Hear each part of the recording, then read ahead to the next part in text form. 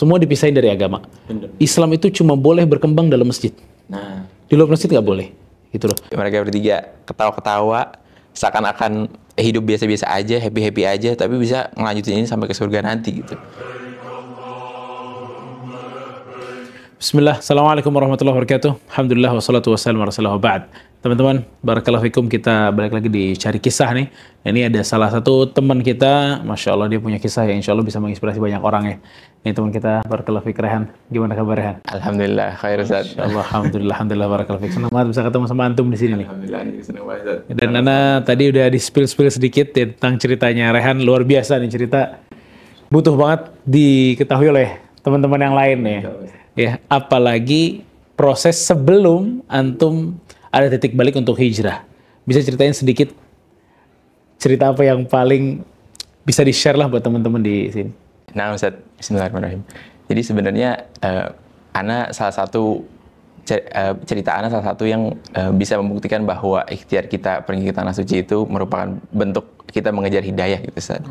Dan memang background Ana waktu dulu ya, waktu SMA itu pernah terkena syubhat dan jatuhnya fitnah dunia, masuk ke dunia yang cukup gelap gitu ya jatuhnya, karena itu udah berkaitan dengan kepercayaan anak gitu. Jadi nyerang akidah gitu lah ya? Nyerang akidah saat. Jadi memang alhamdulillahnya memang keluarga anak tipikal praktikal muslim gitu pada umumnya, tapi nggak pernah yang benar-benar mendalami secara detail gitu saat. Jadi seakan-akan memang masih memisahkan antara kita sebagai muslim dan juga profesional karir kita gitu. Jadi edukasi dan juga pembelajaran dalam agama itu dua hal yang berbeda gitu.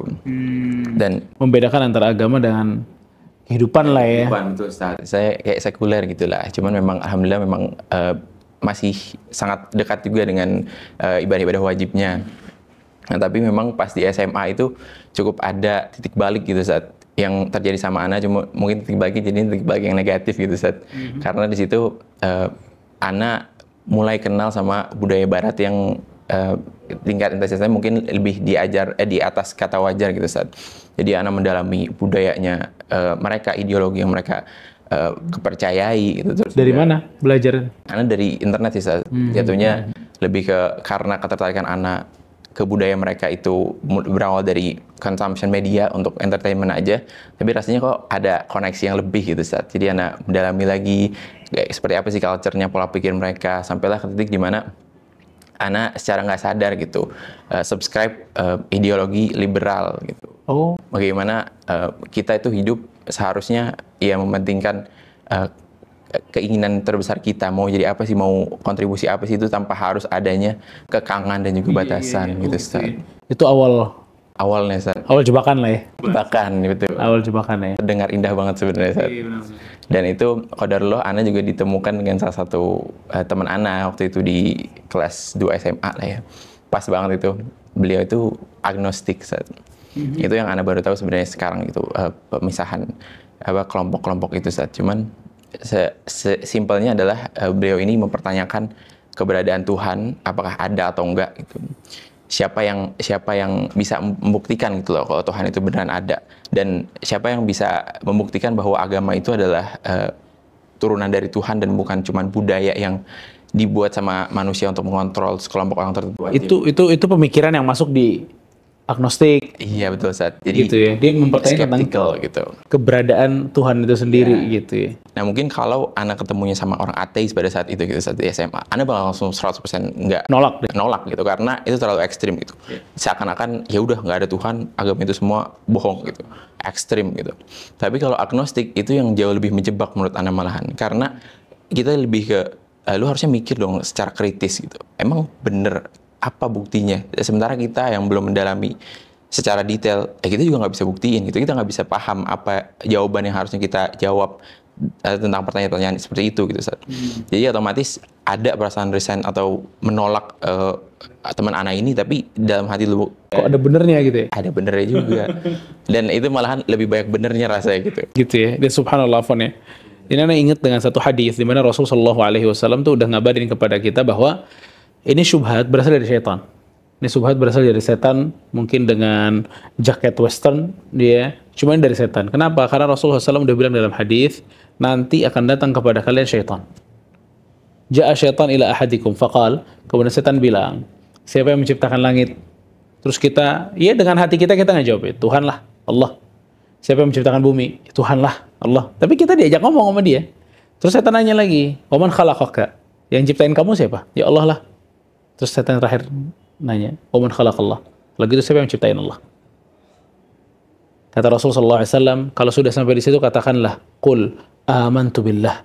Katakanlah, aku beriman kepada Allah, wa a'udzu billahi minasyaitonir rajim. Jadi penghalang syubhat yang tadi antum sebutin, itu sebenarnya syubhat yang udah lama Rasulullah SAW ngasih clue-nya kepada kita, gitu ya. Kalau dikembangin, jadi kufur. Tapi kalau nggak dikembangin, caranya adalah nyetop itu.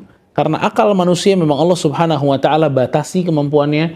Allah nggak mau ada yang menelaah sampai segitu jauhnya. Allah cuma mau Anda beriman kepada Allah Subhanahu wa Ta'ala. Jadi Anda dengar syubhatnya, antum dengar, ingat hadis ini lagi nih. Sebenarnya hadis ini berdasar banget dari syubhat-syubhat agnostik tadi ya. Terus. Adanya aspek iman berarti sangat penting Ustaz ya. Itu yang ngejaga kita Bang. Nah Ustaz. Terus akhirnya anak pegang secara nggak sadar gitu. Kepercayaan itu cukup lama gitu Ustaz. Jadi kayak masih menjalankan kewajiban tapi nggak ada koneksi gitu. Spiritual connection dengan Allah tuh nggak ada gitu. Jadi cuman seakan-akan ya itu cuman habit atau tindakan yang harus dilakukan aja gitu, nggak ada sama sekali meaning yang lebih, pengaruhnya juga nggak ada gitu. Jadi itu juga menentukan anak punya tujuan hidup pada saat itu, jadi terombang-ambing nggak karuan gitu. Dan juga masuklah ke dunia SMA, dunia kuliah gitu. Setelah anak SMA itu ya lulus, terus sempat juga anak ada problem secara mental karena itu dia nggak ada rasanya keterbatasan. Jadi anak sempat dulu qadarullah gitu kecanduan sama media consumption tadi berlebihan sampai jadi nggak bisa functioning. Gara-gara apa tuh triggernya tuh? Gara-gara keyakinan itu juga awal. Sebenarnya pondasinya itu Ustaz. Jadi karena nggak ada batasan gitu. Apakah ini beneran haram atau ini beneran halal, kita nggak bisa sebenarnya tahu jadinya. Jadinya kan itu parah banget ya. Itu jadi kemana-mana gitu Ustaz. Betul. Nah itu udahlah sampai ke anak harus sampai pindah kuliah waktu itu. Jadi udah masuk pindah ke Surabaya waktu itu, diterima di sana. Sampai anak nggak functioning sama sekali di situ, nggak bisa berfungsi gitu ya sebagai seorang adult pada umumnya gitu. Dan orang tua tuh ngerasa nggak perubahan itu karena saat pada saat itu cukup ekstrim gitu ya, karena jadinya kan udah ekstrim banget tuh kalau jadinya ya udah nggak functioning aja, nggak ke kelas, nggak banyak interaksi sama yang lain, jadi bener-bener cuman di kosan aja, dan itu udah kayak zombie aja gitu Zat. di internetan aja udah adalah gitu Zat. Dan itu juga ngebuat Ana jadi bener-bener bingung gitu saat sama diri Ana sendiri, dan nggak ada arah tujuan itu rasanya. Akhirnya Ana harus pindah lagi balik ke Jakarta, masuk ke kampus di Jakarta, dan terus udah sebenarnya secara kurang lebih nggak berlanjut lah itu. Alhamdulillahnya memang bisa gitu ya anak kontrol akhirnya. Tapi tetap perasaan yang masih mempertanyakan agama dan kebenaran itu masih ada gitu. Dan anak nggak eksplor lebih lanjut. Malah menurut anak itu lebih bahaya gitu, karena anak jadi terombang-ambing terus nih. Harusnya gue percaya atau enggak nih? Percaya enggak? Saya gitu-gitu terus. Jadi praktikal tapi nggak sama sekali ada koneksi itu rasanya. Nah, sampai akhirnya nenek Ana karena beliau memang tua dan pernah sakit parah gitu, mau diumrohin sama tante Ana. Nah, tapi tante Ana nggak bisa nganter, akhirnya ibu Ana yang mau nganter pada saat itu, dan Ana langsung wah. Tapi itu masih kayak dulu, cuma udah mendingan gitu ya? Itu ya alhamdulillah. Tapi kewajiban jalan saat sholat tuh masih dilakukan gitu tapi ya? nggak ada feel-nya saat ya, karena malah lebih bahaya itu karena rasanya tuh nggak mendalami ini sebenarnya salah apa enggak yang Ana percayai, pertanyaan-pertanyaan ini nggak terjawab, tapi juga Ana nggak 100% jadi terombang-ambing sama spektrum itu nggak pernah benar percaya atau enggak. Dan dalam Islam ya maksudnya secara mendasar itu kan fitrah yang akhirnya memudahkan kita masuk Islam itu karena fitrah kita gitu loh. Fitrah tuh udah folder bawaan, nggak bisa di racial bin, nggak bisa sebenarnya, dia dari bawaan gitu loh. Sebenarnya kayak gitu. Tapi kalau fitrah ini terganggu sama bisikan-bisikan syaitan yang tadi, itu memang bisa dikikis nanti sama syaitan. Lama-kelamaan akhirnya fitrahnya berubah. Ya. Tapi awalnya tuh yang bisa bikin orang mudah percaya dengan Tuhan. Makanya dulu ya, kalau bukan agnostik mungkin ateis lebih parah daripada itu ya. Maksudnya nggak percaya tentang adanya Tuhan, itu sebenarnya satu pemikiran yang sedikit pengikutnya. Sedikit banget. Itu orang jahiliyah. Itu nggak ada yang nggak percaya Tuhan. Semua percaya. Karena itu terlalu mudah gitu loh. Fitur terlalu mudah lah. Masa nggak percaya sih? Lu gimana nih? Siapa yang ciptain gitu loh. Ya. Makanya itu madhab itu, pemikiran itu nggak ada yang ikut kecuali di belakangan aja. Baru publikasi juga. iya, semuanya nggak ada, sedikit banget pengikutnya gitu loh. Karena terlalu remeh banget ya lah.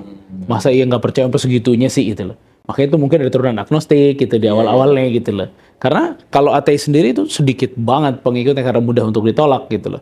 Sampai para ulama mengatakan nih lihat bulan, bumi, tanah semuanya itu adalah tanda keberadaan Allah Subhanahu wa taala. Ya, kalau ngomongin keberadaan itu sangat mudah gitu loh. Fitrahnya manusia udah sangat mengetahui tentang hal itu gitu loh.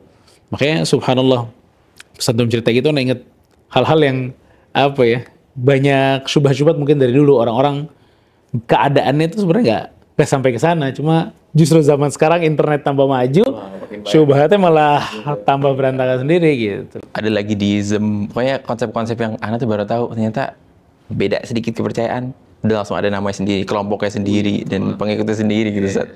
Nah itu ada salah satunya qadarullah pada saat itu.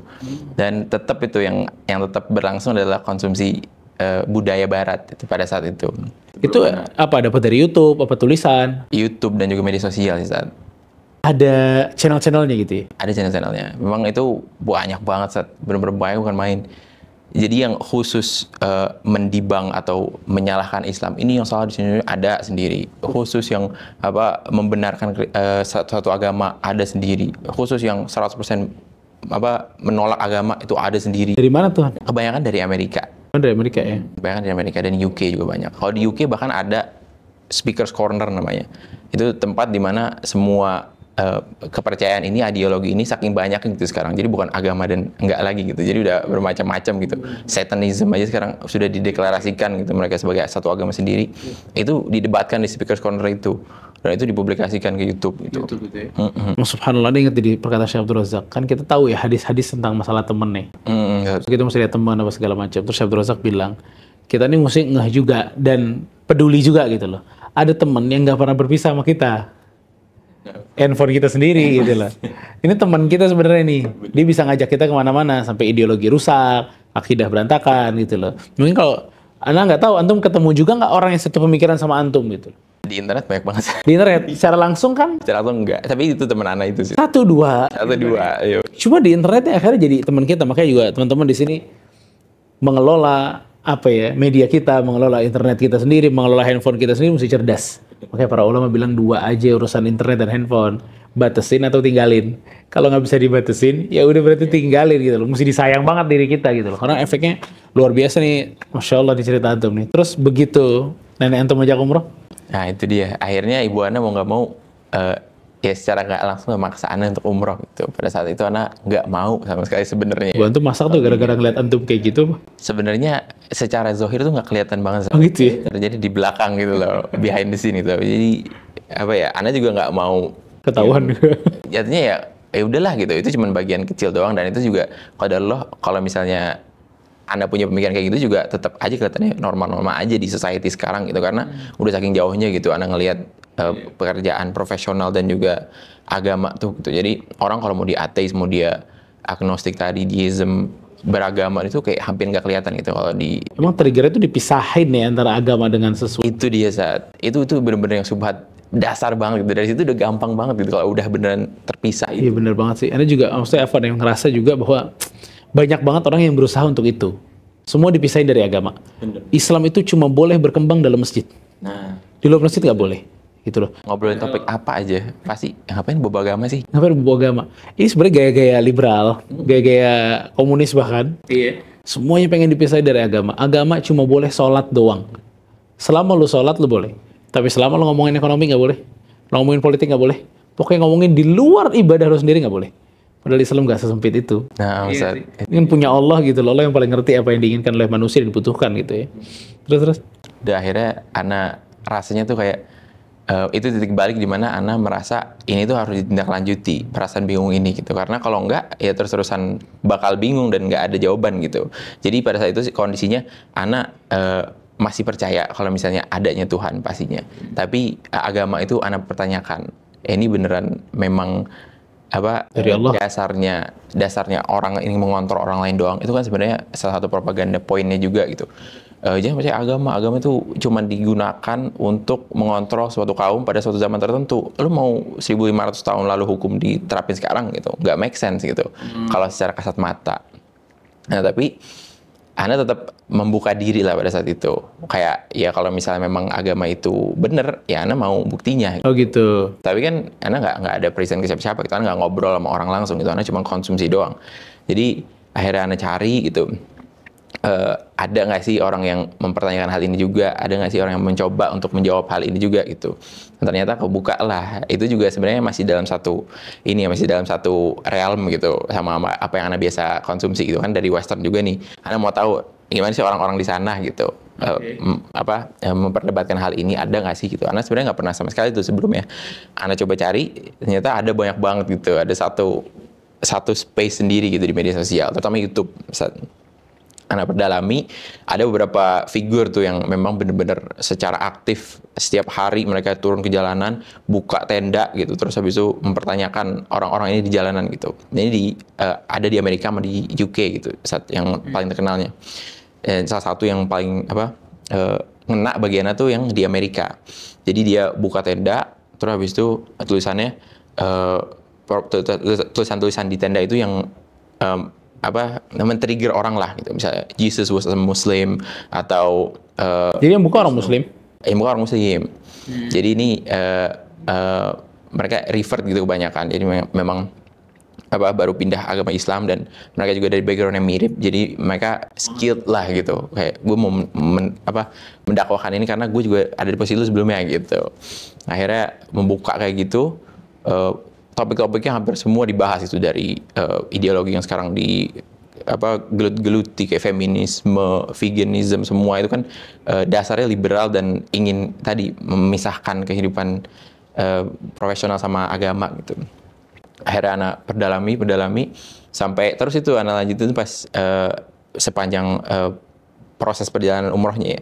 Jadi pas di Madinah tuh benar-benar ada turning point di mana wah, Masya Allah ini kayaknya bener Ana selama ini yang tersesat gitu. Islam tuh agama yang beneran bisa ngejawab pertanyaan-pertanyaan tadi. Apa titik baliknya? Apa yang ente lihat sampai ada perasaan kayak gitu lagi? Karena banyak banget sebenarnya pertanyaan di pemikiran anak gitu, dan yang mendasar-mendasar yang logis-logis seperti kenapa adanya kenapa adanya kesusahan dan kesulitan, kenapa orang muslim masih sengsara, kalau misalnya memang Allah itu maha baik, kenapa mereka sengsara gitu, kenapa adanya kesulitan di sini gitu. Pertanyaan-pertanyaan kayak gitu tuh yang gimana mau nanya ke siapa gitu, rasanya bingung gitu. Kalau misalnya di sini tuh di Indonesia rasanya pertanyaan itu terlalu jauh gitu. Jangan lu sama sekali mikirin kayak gitu gitu. Tapi memang bener sebenarnya kita nggak perlu mikir ke situ. Cuman ada titik di mana kita penasaran dan pengen tahu gitu. Dan itu kebanyakan orang di budaya barat juga, karena saking liberalnya freedom of speech, nggak ada batasan. Mereka bisa mikir kayak gitu dan berusaha cari jawaban. Nah, terus Ana pelajarin lagi semua pertanyaan-pertanyaan yang kira-kira masih mengganjel gitu, kayak Ana dulu benar-benar permasalahkan banget kenapa rasanya nggak seimbang rights atau hak dari perempuan dan laki-laki itu benar-benar rasanya nggak seimbang banget. Ana yang berusaha kayak yang ini kenapa nggak bisa, ini kayak nggak adil gitu. Tapi ya Ana nggak berusaha nyari juga pada saat itu, jadi selalu hanging aja. Oke, paham. Jadi nggak terjawab pada saat itu. Nggak explore juga tentang jawabannya apa. Nggak explore juga. Didiemin aja itu. Didiemin gitu. aja. Jadinya malah menumpuk. Jadi yang kayak udah nggak percaya, tapi percaya cuma nggak percaya gitu. Jadi nggak jelas gitu saat. Selalu kebingungan itu yang malah lebih parah gitu menurut Ana daripada ya udah nggak percaya 100% gitu. Alhamdulillah. Cuman ya lebih baik seperti itu. Jadi jelas gitu kan pemikiran tuh. Tapi Ana selalu diombang-ambingkan begitu, dan itu memang sebenarnya culture-nya mereka gitu. Mereka lebih baik mengombang-ambingkan gitu. Emang itu sebenarnya bukan mereka pengen gitu ya. Cuma memang sulit untuk mereka sampai ke tidak percaya 100%. Itu tadi ada fitrah yang menghalangi dia. Terlalu berat untuk dia menghalangi fitrahnya sendiri, terlalu berat. Dia untuk ngebohongin jiwanya itu pekerjaan paling berat. Ngebohongin diri sendiri, itu dia problem paling besar gitu loh. Makanya mereka nggak mampu. Mereka nggak mampu. Mereka tadi ngasih di ombang-ambingnya jadi tengah aja, gitu loh. Ini persis sama dengan orang-orang musyrikin dulu. Waktu mereka bilang, gue nggak mau beribadah cuma satu Tuhan nih. Gue mesti beribadah banyak. Iya ada Tuhan satu di langit, tapi yang lain juga ada dong. Cuma kapan akhirnya mereka nggak bisa bohongin fitrah mereka? Waktu mereka, wa idza raqiba fil fulk. Waktu mereka masuk perahu, kata Allah. Mereka masuk ke lautan, terombang-ambing dengan ombak. Siapa kanan kiri Anda? Nggak ada. Mereka bilang apa? Da'ullaha mukhlishina lahuddin. Ya Allah, tolonglah aku. Kenapa sekarang baru minta tolong? Karena fitrahnya udah nggak bisa dibohongin. Gue kalau kepepet pasti minta yang di atas sih udah selesai. Dia tahu sendiri bahwa sebenarnya nggak bener-bener amat kanan kiri. Itu fitrah dia. Makanya yang antum bilang diombang-ambing tuh emang susah untuk mencapai 100% tidak percaya tuh. Nggak tahu butuh berapa banyak setan, berapa tahun, berapa syubhat gitu loh. Karena itu fitrah gitu loh. Paling susah banget gitu. Nah, Ustaz. Ya terus akhirnya sampai di Madinah itu ya udah rasanya kayak kayaknya berat banget gitu, mau ngapain gue nggak tahu gitu loh rasanya umrah tuh ngapain. Sebenarnya Ana juga alhamdulillah pernah sebelumnya, cuman ya nggak yang beneran nggak ada sama sekali lah proses mendalaminya itu. Apakah yang harus dilakuin di sana, terus apa gunanya gitu, kenapa orang begitu menggebu-gebu dan mau investasi juga mengorbankan banyak untuk umroh. Sampai di Madinah itu anak nggak berhenti tuh nontonin terus gitu yang perdebatan ini gitu saat sebenarnya terlalu banyak juga sangat buruk ya, cuman pada saat itu rasanya anak butuh banget gitu untuk makin meyakinkan anak lagi. Nah terus udah sampai ke titik itu anak yang udah ini kayaknya emang udah pada saat yang tepat gitu anak mau merubah gitu, merubah kehidupan 180 derajat itu. Pada saat itu juga ya hidupan gitu-gitu aja kita tujuan juga nggak ada yang jelas, karir development potensial juga ya segitu-gitu aja, rasanya tuh nggak ada yang worth it untuk anak perjuangkan gitu untuk tetap di stay di kehidupan sebelumnya. Jadi anak bertekad untuk merubah itu pada saat di Madinah tuh, bertekad untuk merubah kehidupan anak 180 derajat dan lingkungan anak juga, dan itu poin besar banget sih yang anak khawatirkan, karena bukan cuma ya jauh dari agama pada saat itu, hati gitu ya, hati jauh dari agama, tapi lingkungan juga Masya Allah benar-benar jauh banget dari agama. Jadi kanan kiriannya ya udah sangat sekuler, tapi alhamdulillah memang bukan yang sampai mendeklarasikan gitu sih saat. Tapi pada saat untuk melihat di Madinah, dengan apa yang antum lihat ya, akhirnya kan triggernya itu yang bikin udah deh, kayaknya emang nih pemikiran-pemikiran dari kepala ini mesti dihilangin gitu loh. Ya, maksudnya titik yang antum lihat apa, adakah orang yang antum lihat atau suasana di Madinahnya yang antum jadi ngerasa kayak gitu bagaimana? Sebenarnya ada satu memori yang vivid banget itu di kepala anak tuh. Pada saat itu anak kan sendiri ke Masjid Nabawinya karena anak sama keluarga tuh akhwat semua gitu. Jadi misah gitu. Anak sendiri muter-muter aja gitu. Terus ada satu momen di mana lagi di hallway-nya gitu saat yang mau pintu keluar, anak ngelihat lagi remaja gitu saat kayak kisaran 16-17 tahunan gitu. Mereka pakai gamis putih semua. Terus sambil ketawa-ketawa. Tiba-tiba jalan kayak melintasi cahaya matahari gitu. Terus tiba-tiba langsung kepikiran, Masya Allah ini mereka bertiga ketawa-ketawa seakan-akan hidup biasa-biasa aja, happy-happy aja, tapi bisa ngelanjutin ini sampai ke surga nanti gitu. Hidup abadi ntar di sana bertiga ini ngelanjutin mereka ketawa TV itu sampai nanti gitu.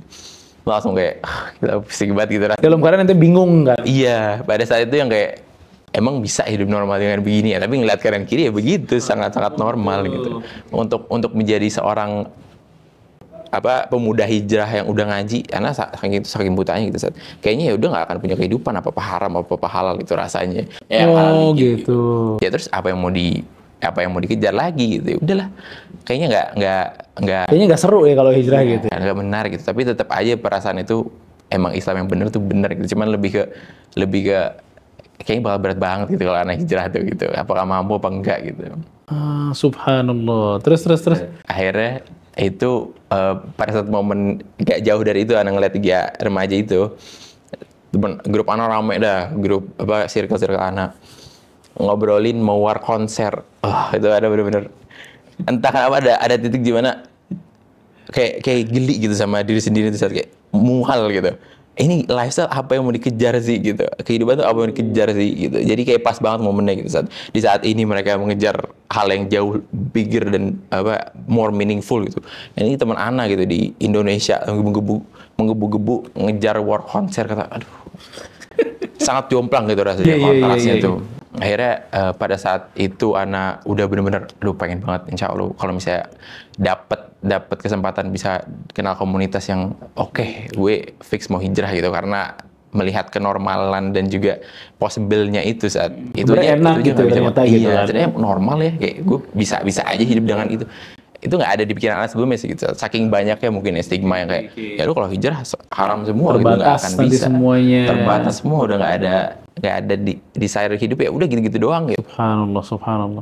Itu mungkin banyak pikiran juga tuh teman-teman, mirip kayak begitu. Padahal Anda ingat di surat Toha tuh Allah bilang ya, Toha ma anzalna qur'ana alaika ma anzal qur'ana litashqa. Tidaklah aku menurunkan Al-Quran untuk kalian susah. Mungkin orang berpikir sebaliknya kan, gue gara-gara Quran susah nih. Enggak. Ma anzalna alaika al-Qur'ana litashqa. Allah bilang kami menurunkan Quran kepadamu bukan untuk susah. Makanya di ayat yang sama ya, Allah justru mengatakan siapa yang meninggalkan zikir kepada Allah fa inna lahu ma'isyatan dhanka. Ya kan? Yang lupain Allah, yang pengen lupain Allah, yang pengen lupain syariat, yang pengen lupain perintah, yang pengen lupain larangan, dijamin hidupnya sempit. Itu yang rasain di sana. Lah iya, kita antum malah maksudnya mau bebas malah nggak bebas. Iya benar-benar. Paham gak sih? Iya kan? Bebasnya cuman fana doang. Oh, fana dan kosong hati. Kosong banget hati gitu loh. Dan sebaliknya kan Allah bilang man a'rada 'an dzikri fa inna lahu ma'isyatan dhanka. Orang yang ogah-ogahan dalam Islam pasti sempit. Makanya sempitnya hati kita itu memang tergantung tentang tunduk dan patuhnya kita terhadap agama. Semakin tunduk, semakin lapang dada, bukan semakin sempit. Itu uniknya dan menariknya, dan orang tuh ngiranya sebaliknya gitu. Nah, Ustaz. Terus setelah antum di Madinah tuh fix mau hijrah? Iya, itu akhirnya Ana besoknya subuhnya tuh ke Raudhah, Ustaz. Schedule ke Raudhah, kata Ana, wah ini momen pas banget gitu berdoa. Dan salah satu doa yang benar-benar Ana pengen panjatkan pada saat ke Raudhah tuh, pengen tunjukkan komunitas muslim itu seperti apa sih. Ana pengen jadi bagian dari situ gitu. Ana alhamdulillah dapat kesempatan itu doa di Raudhah subuh-subuhnya, terus kan lanjut sholat subuh gitu saat Ana ketiduran pas ba'da subuh. Padahal sendiri juga kan, keluarga Ana, akhwat semua ketiduran, terus tiba-tiba ditowel sama orang, dibangunin. Ana pada situ pakai jaket, terus kata orangnya, Afwan, antum jaketnya beli di mana? Katanya, bagus banget, Ana suka katanya. Ana pada saat itu mikirnya, kok random banget nih orang gitu.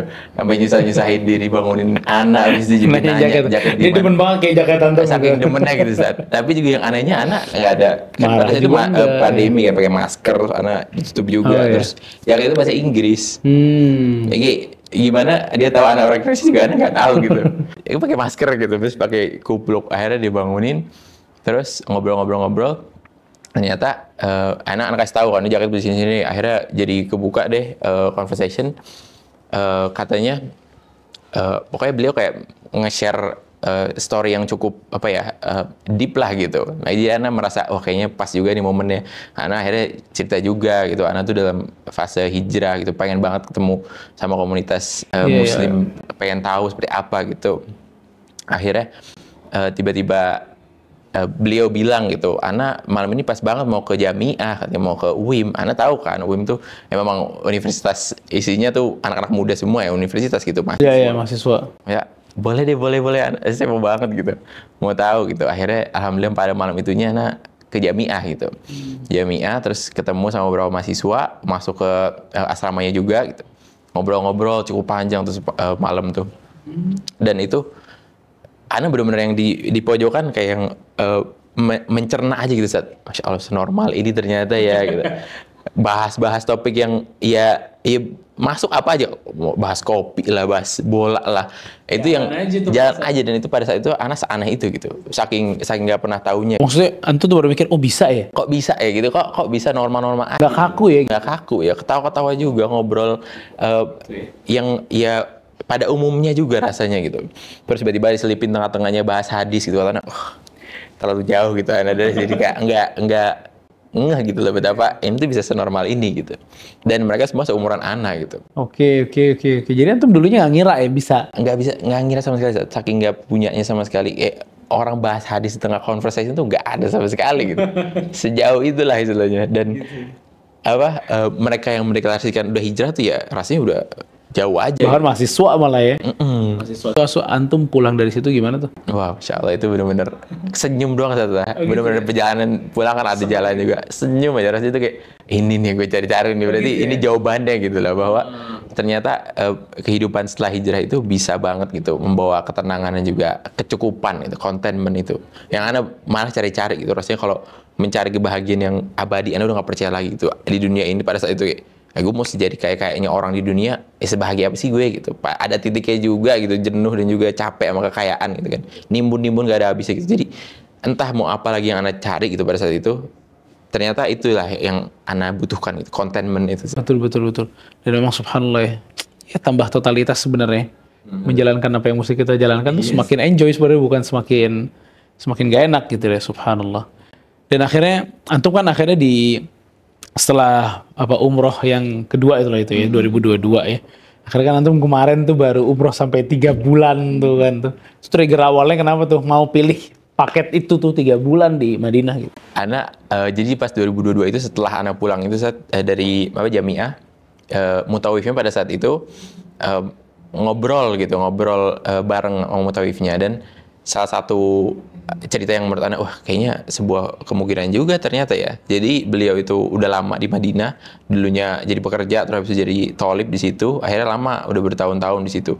Jadi Ana yang, wah kayaknya gue sekalian aja kali ya hijrah langsung ke sini gitu biar udah nggak di kehidupan dunia, karena nggak ada yang worth it lagi selain pada saat itu Ana perjuangkan. Sekalian aja lah hijrah ke sini, kayaknya insya Allah udah semuanya tuh akan suportif gitu ke proses Ana mendalami agama.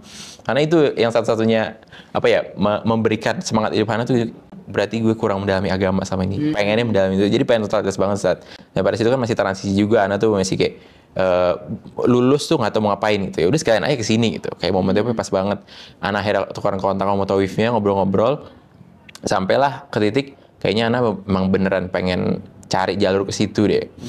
Jadi Ana nanya-nanya, ternyata memang ada jalurnya ke situ, jadi tholib di Masjid Nabawi. Oh iya. Udah Ana perdalami lagi itu selama di Indonesia, Ana mendalami aja sendiri, ngeliat di internet gitu.